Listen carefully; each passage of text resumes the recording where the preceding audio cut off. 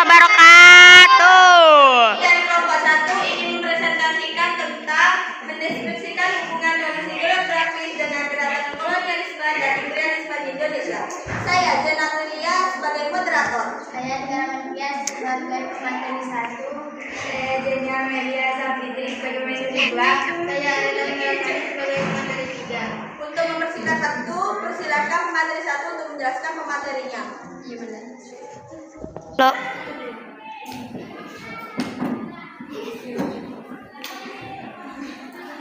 Kondisi bangsa Indonesia di era kolonialisme dan imperialisme.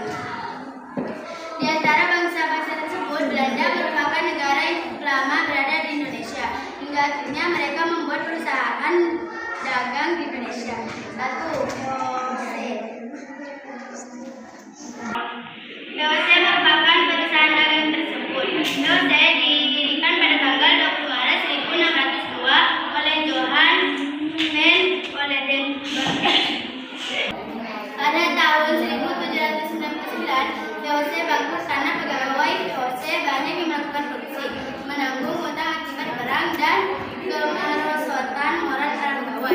2. Militer Republik Batam. Kerajaan berada dipimpin oleh Louis Napoleon yang merupakan adik Napoleon.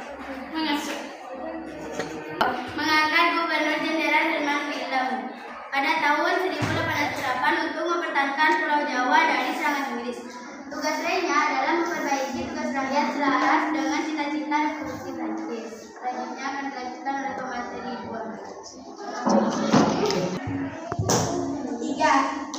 Masa pemerintahan Inggris. Pada tahun 1811, pimpinan Inggris di India, Lord Mito, memerintahkan Thomas Stamford Raffles yang berada di Penang untuk menguasai Pulau Jawa.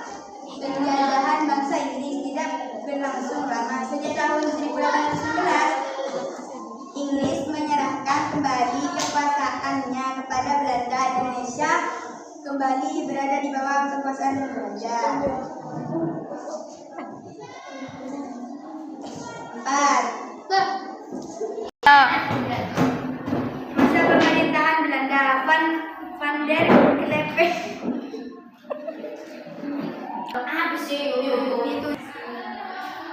ditunjuk sebagai gubernur jenderal, menerapkan kebijakan dalam menghapus peran penguasa tradisional, menerapkan pajak yang memberatkan rakyat, sehingga muncul banyak perdawan dari rakyat. Johannes van der Bos memberlakukan sistem tanah paksa atau kultur tersel sejak tahun 1830. Penerapan kultur tersel banyak mengalami penyimpangan seperti waktu pajak hingga rakyat harus menyediakan sampai setengah tanahnya. Selanjutnya saya akan kembalikan kepada materi ketiga.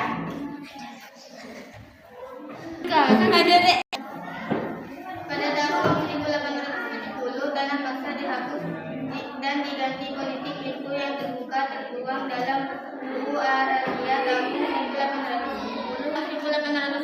Tanah paksa dihapus dan diganti politik itu yang tertuang dalam buku Agraria tahun 1870 yang mengatur tentang kepemilikan tanah, pribumi, dan pemerintah.